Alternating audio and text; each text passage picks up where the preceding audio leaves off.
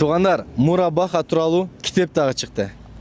Пожалуйста, бизе көп айтат. Бектур, Мурабахаң жакшы эле экен, арзан эле экен. Бөлүп төлөө жолу келгенде 10 000 сомдон эле төлөйт экенсиң, сонун дейт. Бирок сенин машинаң базардагы машинадан кымбат дегендерге жооп берип коелу тугандар. Мисалы үчүн, бул Sonata жанында турган, бул свежепригнанный машина, бул 78 000 пробег тугандар.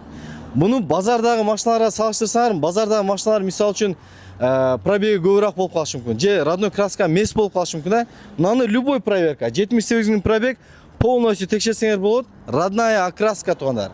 Бул өтө чоң преимущество машинадачы. А бирок тугандар, бирок деген жери бар. Мына пакет машиналарды салыштыргыла тугандар. BYD болсун, Dongfeng болсун, BYD же Honda болсун. Мына Honda'дагы электромобиль. Вот ушуларды 0 пробег текшере турган болсоңор, баасын. Биздики арзан чыгат. А бирок буларды кантип салыштырасың? Пробег биздикинде болуш керек и полностью родной краска болуш керек. Состояниясына карап баалары өзгөрө берет тугандар. Чоң рахмат. Айтмакчы, биздин салонго келип, мына китепти алып окуп кетсеңиздер болот. Чоң рахмат.